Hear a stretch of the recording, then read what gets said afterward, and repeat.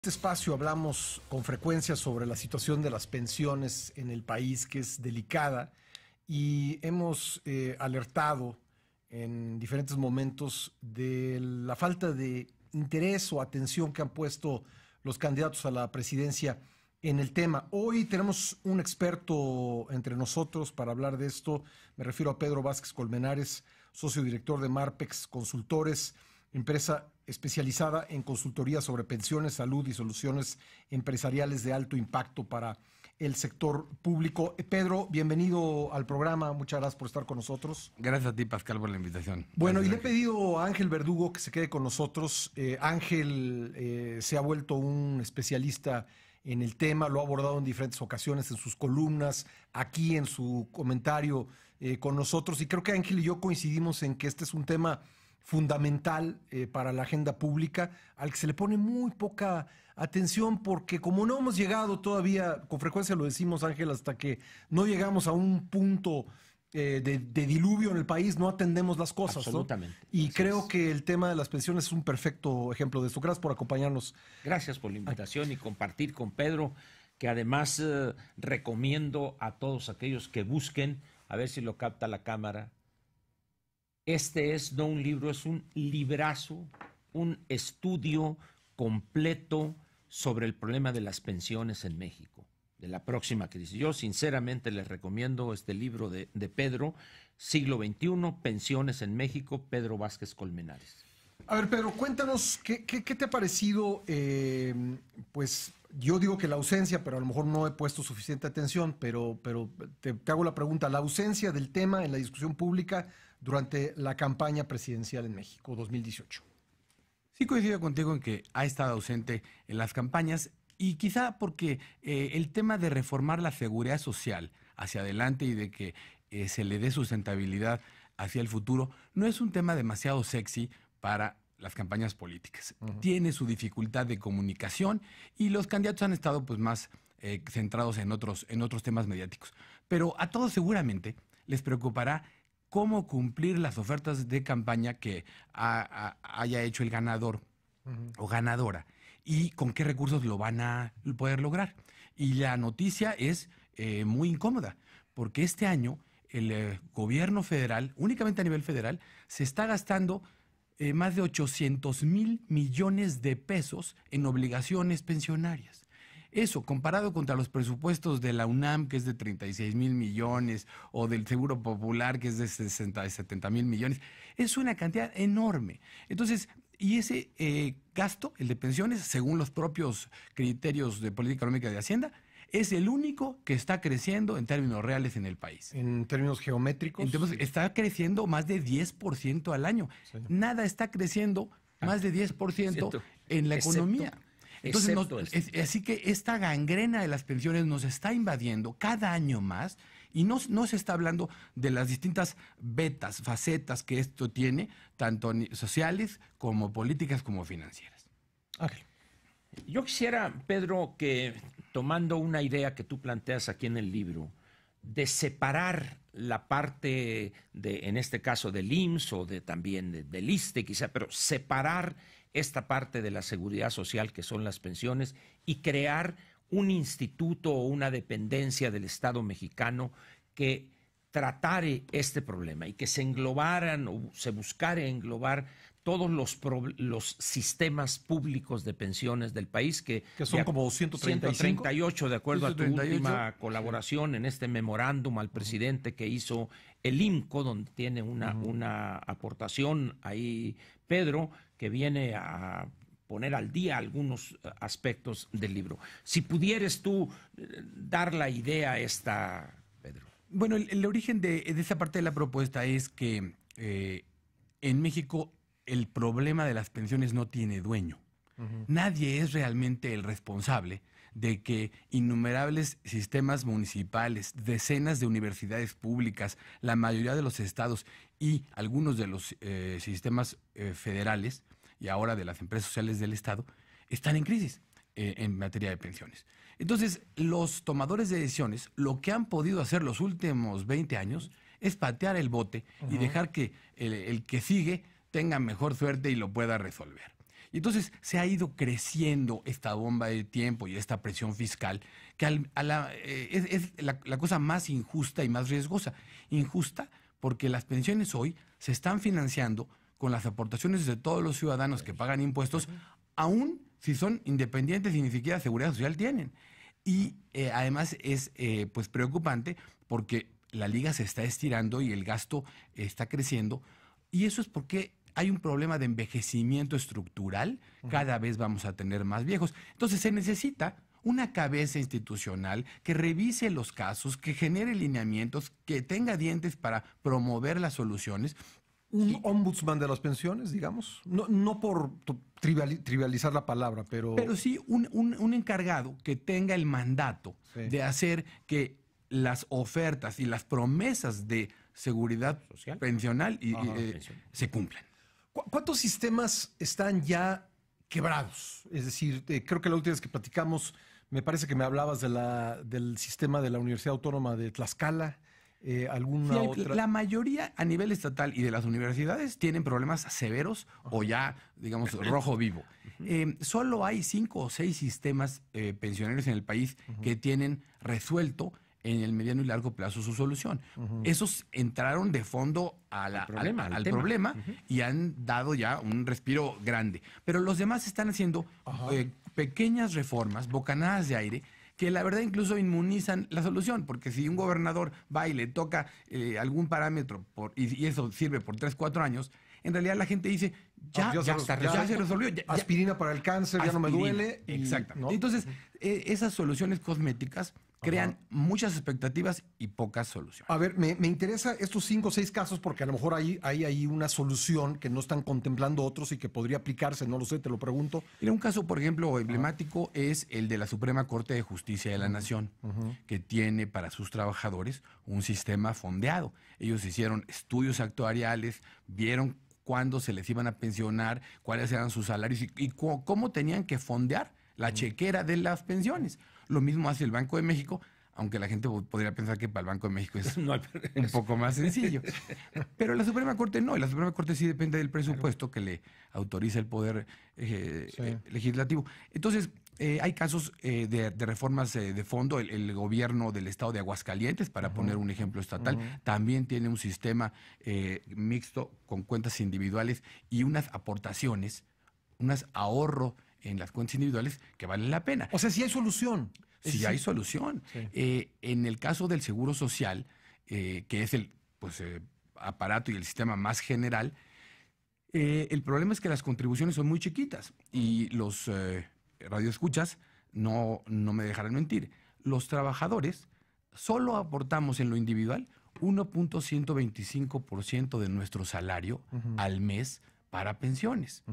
Pues yo quiero que le digas a tu señora que le vas a dar el 1% de tu salario para que te mantenga cuando seas viejo. Pues, luego te va a decir, oye, eso no me va a alcanzar porque es re poquito. Bueno, pues eso es lo que ahorra el trabajador en México. El complemento lo ahorra el patrón y el gobierno y no es suficiente. Entonces, es un llamado urgente a que en la parte del IMSS se revisen, aunque sea de manera gradual, pero ya el monto de las contribuciones, porque no puedes ahorrar para el futuro si no estás ahorrando. Oye, ¿cuándo van a hacer agua? ¿Cuándo van a hacer agua? ¿Cuándo van a empezar a pagarse las primeras pensiones del sistema de ahorro para el retiro? De cuentas individuales. Sí, como la ley del Seguro Social exige 1.250 semanas, que redondeando son 22 años, y la ley se reformó en 1997, entonces estaríamos hablando que en el 2019, 2020, comenzarán a llegar los primeros trabajadores que hayan ahorrado el mínimo de semanas. Pero aunque hayan ahorrado el tiempo que dice la ley, no ahorraron en monto lo suficiente. Y es que hay que decirlo con franqueza, en 1997 quedó pendiente de revisar el monto de la contribución. Se dijo, avancemos en esto, estamos en la crisis del 95, no podemos ahorita pedirle al trabajador, esperemos que se estabilice todo y revisamos la cuota y nunca se hizo. Mi interés arrebatado ha impedido que Ángel Verdugo haga preguntas que sé que van a ser muy buenas. Solo voy a pedirle a él, a Pedro y al público que me permitan hacer una breve pausa. El tema tema al cual yo agradezco a esa institución que me contrató y llegué a el tema. Ya estamos de vuelta en la primera emisión de Imagen Informativa hablando sobre el tema de las pensiones. Estamos platicando Ángel Verdugo y su servidor con Pedro Vázquez Colmenares, un especialista en el tema que no requiere mayor presentación. Ángel Verdugo, por favor. Bien, una de las, vamos a decir, de los elementos perversos que tiene la demografía, que tú bien conoces, Pedro, y esto de las pensiones, es que normalmente los que se dedican a esto hablan, bueno, es que si no hacemos algo dentro de 20 años, dentro de 30 años, es decir, las consecuencias negativas se ven como en el tiempo, no, pues en 20 años, quién sabe, me sacaré el melate y resuelvo el problema. Esto viene a cuento por la pregunta que te hago.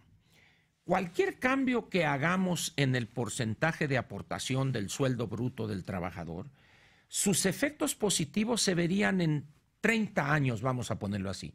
Pero ¿qué va a pasar con esos que se van a estar pensionando ya a mediados de la siguiente administración y que cuando vean lo que les toca, si ganaba 20,000 pesos, le va a tocar 6,000 pesos? ¿Qué va a pasar cuando el gobierno se enfrente a cientos de miles de trabajadores en esas condiciones?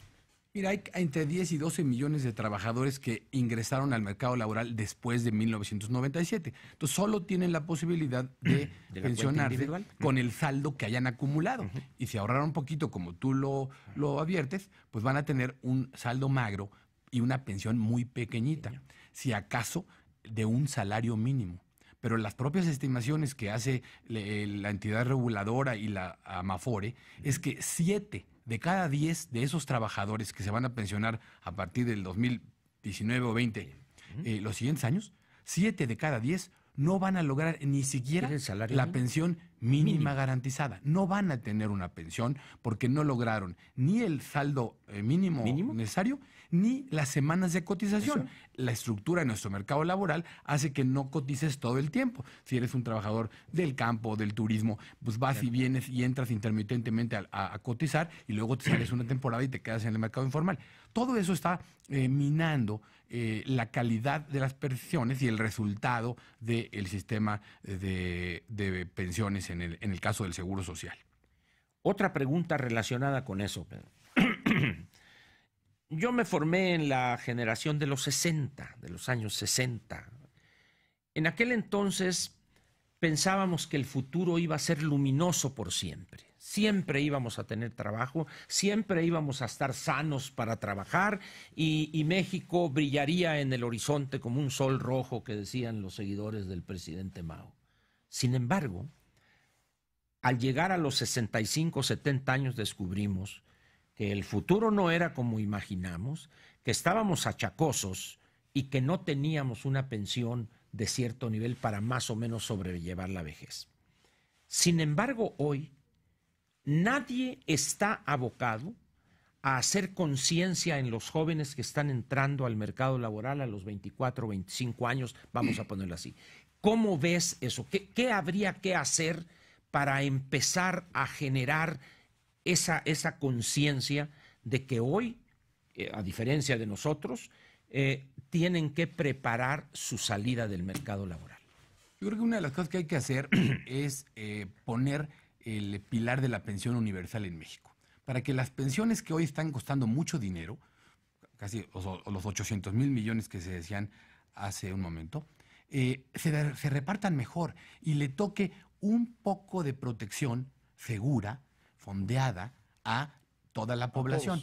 Eso sería una alerta muy grande, porque si yo tengo una cuenta individual, tengo 18 años, acabo de salir de la preparatoria y el sistema me dice, ven porque te voy a estar depositando para tu vejez, ya voy a tener una alerta natural, un contacto con el tema del ahorro y ahí es mi dinero, así que yo le puedo seguir poniendo. Cada vez que tenga 100 pesos se los puedo depositar. Es un incentivo correcto. Y además se debe de conectar con diversos momentos de la vida laboral en donde, aunque no estás cotizando al Seguro Social ni no tienes un trabajo formal, sí puedas ahorrar. Porque no está peleado a ahorrar solamente para los que estén en el IMSS. Correcto. Entonces, los trabajadores independientes y otros podrían perfectamente estar ahorrando para sí mismos y sería un cambio cultural, además de sistémico. Yo creo que hay que caminar por ahí. Agregaría un detalle más para pasarle la estafeta a Pascal. ¿Cuál es la visión de la autoridad fiscal respecto al ahorro? ¿Cómo juzga el ahorro? ¿Lo estimula? ¿Lo castiga, entre comillas? ¿No sería eso también un instrumento importante, sobre todo para esa clase media que gana, no sé, 10 salarios mínimos, 15 salarios mínimos, estimular y empezar a formar un hábito del ahorro, siempre pensando, por supuesto, en la pensión? En los últimos 2 o 3 años, la CONSAR y las AFORES sí han hecho un gran esfuerzo para estimular el ahorro voluntario y que ese ahorro agregue al monto futuro de la pensión. Ahí está la campaña de los 10 pesitos. No sé qué tanto los 10 pesitos, funcionó. pues yo creo que sí ha tenido resultados porque las cifras de ahorro voluntario han crecido más que en los años anteriores. Y ahora el app que se llama Afore Móvil, ha facilitado que tú puedas desde tu celular hacer pequeñas aportaciones o incluso programarlas en forma recurrente, pues. domiciliarlas. Entonces, creo que ahí se han dado pasos en la dirección correcta. No, en cambio, en la parte tributaria, en donde la ley del impuesto sobre la renta retiró los incentivos al ahorro personal en el largo plazo, que era pues muy justo decir, si yo no me voy a consumir este dinero y lo voy a ahorrar en mi cuenta y solo lo puedo usar dentro de 20 años que me retire, pues debería tener un incentivo. Y eso estuvo en la ley y en la reforma fiscal del 2014 se quitó. Entonces, sí, creo que ahí es un tema que se puede mejorar, el de cómo estimular verdaderamente el ahorro de personal de largo plazo en todos los frentes. Tenemos que hacer una nueva pausa, pero regresamos para continuar con esta conversación. Son las 10:07 en el tiempo del centro. Ya volvemos. Estamos hablando sobre pensiones con el especialista Pedro Vázquez Colmenares. Pedro, vimos lo que pasó en España con las protestas de los adultos mayores respecto a sus pensiones. Vimos cómo estalló una protesta social en Nicaragua cuando quisieron hacer reformas a la seguridad social. ¿Estamos en esa situación en México?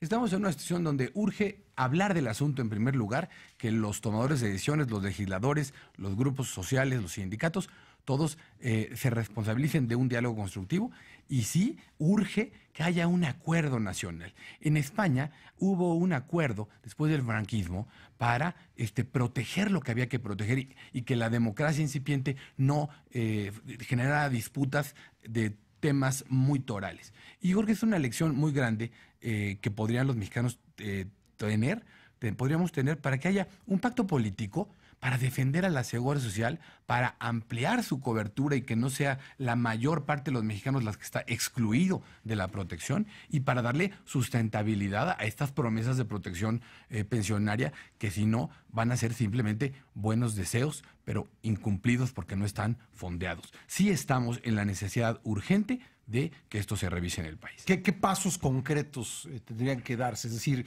¿qué tipo de acuerdo nacional ves tú? ¿Cuáles serían sus postulados básicos? Bueno, me hubiera encantado que en el Pacto por México se hubiera explicitado aún más este tema, hubiera sido un buen antecedente, y aunque hoy ya no es funcional, pero quedan estos referentes que son útiles para retomar hacia adelante. Sin embargo, una experiencia como la del Pacto por México creo que va a tener que repetirse hacia adelante, porque en cualquier escenario somos un país que necesitamos de acuerdos y necesitamos de visión de mediano y largo plazo. Tú lo dices, nadie es culpable de la situación, nadie es enteramente culpable de la situación que vivimos y la solución se va a tener que construir entre todos. Pero también había que agregar, nadie es culpable específicamente, pero también todos somos culpables. Exactamente. Todos somos corresponsables y al mismo tiempo involucrados, porque o estamos pagando por beneficios de terceros o estamos dejando de recibir el beneficio a que tendríamos derecho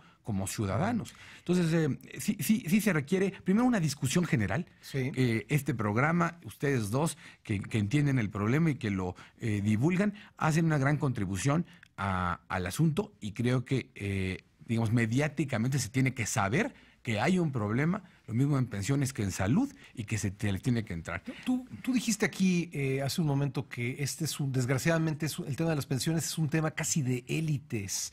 Esos 800,000 millones de pesos que pagamos este año, ¿son para las pensiones de cuántos mexicanos? Aproximadamente de 4 millones de pensionados. habiendo casi 10 millones de adultos mayores. Sí. Entonces, ni siquiera en la población adulta mayor hay una Tiene, cobertura así es. completa. Mucho menos en la población total. Entonces, estamos gastando mucho dinero en pocos beneficios de pocos privilegiados. Sí. Y a los más, a 60% de los ciudadanos, no les estamos ofreciendo nada. Somos un país que se dice digno, en crecimiento, con grandes oportunidades y potenciales, pero en términos de seguridad social sí tenemos una cara muy impresentable. Ángel, para finalizar. Habría ahí también que señalarlo, mientras esas pensiones, al margen de su monto, magras la mayoría, un porcentaje, pero al menos hay un servicio médico que acompaña a ese pensionado y a su esposa o a la inversa, etcétera. Pero tenemos un nicho de privilegiados con sistemas especiales de pensiones que son una ofensa dentro de este panorama. Petróleos Mexicanos, Comisión Federal de Electricidad, el mismo Seguro Social, para los que antes de que hubiera la reforma esta del 2004, si mal no recuerdo. Es decir, son la élite de eso. De tal manera que, dice uno, no es posible. Urge enfrentar el problema, pero de una manera integral. No dejar lo que existe ahora de... Cada NAFINSA tiene su sistema, no. Vamos a hacer un sistema análisis, nacional. Yo coincido con Ángel. Se requiere nacional. una nueva arquitectura Pura. constitucional para la seguridad social. La seguridad que, social. que ya no tenga privilegios permitidos así es. y que le tenga una base uniforme y general para todos. Porque mientras eso no suceda, vamos a tener un país incompleto en materia de protección social y vamos a tener ilusiones de protección Claro. de beneficios absolutamente inviables y desfondados. Eso es lo que tenemos ahora, ilusiones de protección. Yo creo que estamos con promesas que en todo el país, todo el tiempo, se están incumpliendo. Las universidades públicas se están comiendo a sí mismas para poder pagar las nóminas de pensiones. No se diga los ayuntamientos, que también tienen muchísimos problemas. Y las instituciones, el gasto en pensiones, que se acaba de tratar de reformar en Petróleos Mexicanos, aprovechando lo que dice Ángel, pues sí, tocó el 10% del problema. Pero ahí está el otro 90%. Ese no se tocó. Entonces vale la pena que haya una discusión responsable, no para ver para atrás y echar culpas. Esto ya pasó, es la Para historia. adelante. Así Para es. adelante, cómo ayudamos a los trabajadores y a sus familias, cómo hacemos que la sociedad encuentre un nuevo arreglo constitucional para que la seguridad social sea más fuerte y tenga los recursos hacia adelante. Y eso requiere de una reforma fiscal pensada en beneficiar a la gente. Pues muy bien, le agradezco ¿Me permites mucho. Sí, pasar Ángel, más por favor. Rápidamente. Sí. Normalmente cuando entre nosotros hablamos del porcentaje, es el 60%, no tiene, pero vale la pena decir que ese 60% son 35 millones de mexicanos. Incluyendo a los hijos, son Bueno, más. de acuerdo, pues, Sí. pero me refiero en términos de la De población de económicamente los trabajadores. activa. 35 millones así de son trabajadores. 35 millones Claro. de trabajadores no tienen nada. Sí. Y otra forma de verlo es que hoy son 11 millones de adultos mayores. 10. 10, vamos a decir, dentro de una década, ¿cuántos serán? El doble. El doble. O sea, digo, ahí está la Alrededor de dimensión 25 del, millones tendremos. la dimensión del Así es. problema. Pedro Vázquez Colmenares, muchas gracias. A ustedes. Gracias por venir. Ángel Por la Verdugo, muchas invitación. gracias. Gracias. Gracias. Pedro.